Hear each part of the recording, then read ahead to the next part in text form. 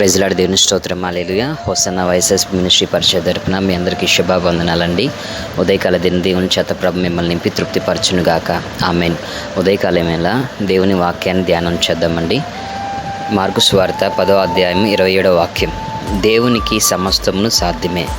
ప్రేమనాదేని బిడ్డలారా, జాగ్రత్తగా గమనించండి. మన జీవితంలో మన శక్తికి మించిన ప్రతికూలమైన పరిస్థితులు వచ్చినప్పుడు ఈ కార్యం నా వల్ల కాదు, ఈ పనులు చేయడం నా వల్ల కాదు, కుటుంబాన్ని ఈదుకుంటూ వెళ్ళటం నా వల్ల కాదు, కుటుంబ వ్యవస్థని నెట్టుకుంటూ నా వెళ్ళడం కాదు అనేసి అనేక రీతిగా నా వల్ల కాదు అని అనుకుంటూ ఉంటారు. చేతి వ్యాపారమైన, కుటుంబ వ్యవస్థ అయినా, ఇంకా అనేకమైన విషయాల్లో. అయితే ఉదయకాలం వేళ దేవుడు నీతో మాట్లాడుతున్న మాట ఏంటంటే, నీకు అసాధ్యం అనబడుతున్న ప్రతీది కూడా దేవుని చేతిలో పెట్టు. ఆయన అంటాడు, నా చేతిలో పెట్టినట్లయితే సమస్త కార్యాలు నీ జీవితంలో చేస్తానంటున్నాడండి. కుమ్మరి చేతిలో మట్టి పాత్ర ఎలా అయితే నూతనపరచబడుతుందో, విరిగిన మట్టి పాత్ర ఎలా అయితే నూతనపరచబడుతుందో, విరిగిన నీ హృదయం, నలిగిన నీ హృదయము కుమ్మరి అనబడుతున్న దేవుని చేతిలో నూతనపరచబడుతుందన్న వాస్తవాన్ని గ్రహించాలి. ఆ రీతిగా అసాధ్యమైన ప్రతి కార్యాలు ప్రభు సుసాధ్యం చేసి, ప్రభు కృపాక్షేమంతో మిమ్మల్ని నింపి నడిపించునుగాక. నాకు నా దీని బిడ్డలారా, ఇర్మియా గ్రంథంలో మనం చక్కటి మాట చూస్తాం. ఏంటంటే, ఇర్మియా ప్రార్థన చేస్తుండగా దేవుడు ఇర్మియాని దర్శించి, ఇర్మియా నువ్వు కుమ్మరి ఇంటికి వెళ్ళు, నేను ఒక మాట నీతో మాట్లాడతాను అంటాడు. అప్పుడు ఏ మాట మాట్లాడతాడా దేవుడు అన్న ఆలోచనతోటి ఇర్మియా ఉంటాడు. ఇర్మియా గ్రంథం 18వ అధ్యాయం 1వ వాక్యం చూస్తే, యెహోవా యొద్ద నుంచి ఇర్మియాకు ప్రత్యక్షమైన వాక్కు, నీవు లేచి కుమ్మరి ఇంటికి పొమ్ము, అక్కడ నా మాటలు నీకు తెలియజేతును. నేను కుమ్మరి ఇంటికి వెళ్ళగా వాడు తన సారె మీద పని చేయుచుండెను. కుమ్మరి జగట మట్టితో చేయుచున్న కుండ వాని చేతిలో విడిపోగా ఆ జగట మన్ను మరలా తీసుకొని కుమ్మరి తనకి యుక్తమైన దానితో మరొక కుండ చేశాను. అంతటా యెహోవాకు నాకు ప్రత్యక్షమై ఇలాగ సెలవిచ్చును, ఇశ్రాయేలు వారలారా, ఈ కుమ్మరి మట్టికి చేసినట్లు నేను మీకు చేయలేనా? ఇదే యెహోవా వాక్కు. జగట మన్ను కుమ్మరి చేతిలో ఉన్నట్లు ఇశ్రాయేలు వారలారా, మీరు నా చేతిలో ఉన్నారు అనేసి అంటున్నారండి. దేవుని చేతిలో మన జీవితాలు ఉన్నప్పుడు, దేవుని చేతిలో మన ఆలోచనలు ఉన్నప్పుడు, దేవుని చేతిలో మన ప్రయత్నాలు ఉన్నప్పుడు, మన అసాధ్యమైన ప్రతి కార్యాలన్నీ కూడా దేవుని చేతిలో మనం పెట్టగలిగినట్లయితే సర్వశక్తి కలిగిన దేవుడు మహోన్నతమైన కార్యాలు చేస్తాడని వాస్తవం గ్రహించాలి. ఉదయకాలం ఈ వాక్యం ఉంటున్న నీవు ఎటువంటి స్థితిలో ఉన్నావో నాకైతే తెలియదుగో.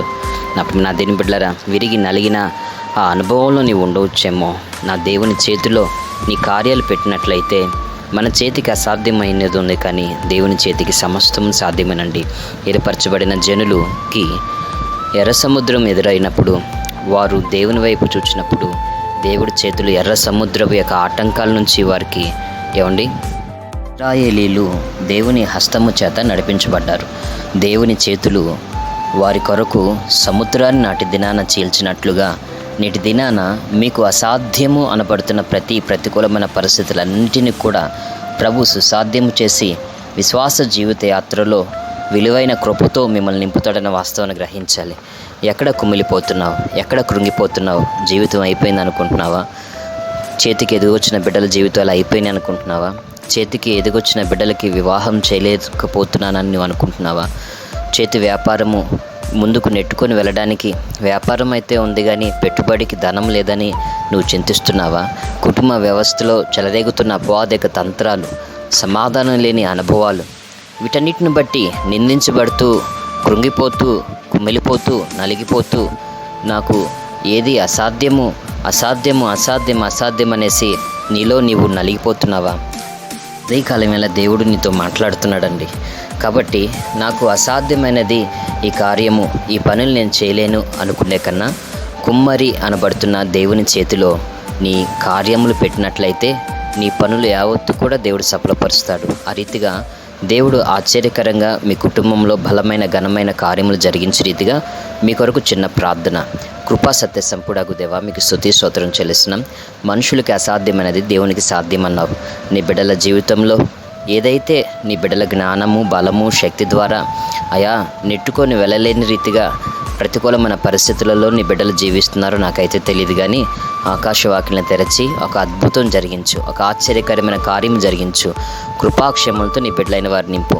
ఆ రీతిగా కన్నీటికి నీ యొద్ద జవాబు ఉన్నది. అయా కుమ్మరి చేతిలో మట్టి పాత్ర ఉన్నట్లుగా మా జీవితాలన్నీ కూడా నీ చేతిలో పెడుతున్నాం. నీవే నూతన జీవంతో, ఆయా నూతన జీవిత అనుభవాలతో నీ బిడ్డల జీవితాలని ఆశీర్వదించు, దీవించు, కృపాక్షేమాలతో నింపమని నజరుడైన యేసుక్రీస్తు ప్రశస్త నామములో ప్రార్థిస్తున్నాం తండ్రి. ఆమెన్. తండ్రి అయిన దేవుని ప్రేమ, తన కుమారుడైన యేసుక్రీస్తు కృప, ఆదరణకర్తైన పరిశుద్ధాత్మ దేవుని అన్ని సన్నిధి సహవాసం కృపయు ఈ వాక్యం ఉంటున్న ప్రతి ఒక్కరికి తోడై ఉండి కృపనిచ్చి క్షేమమిచ్చి నడిపించునుగాక. ఆమెన్. హోసన్నా వైఎస్ఎస్పీ మినిస్ట్రీ పరిచర్య తరపున మీ అందరికీ శుభాభివందనాలు. ఉదయకాల దినదేవుని చేత ప్రభు మిమ్మల్ని నింపి తృప్తిపరచునుగాక. Amen, amen, amen.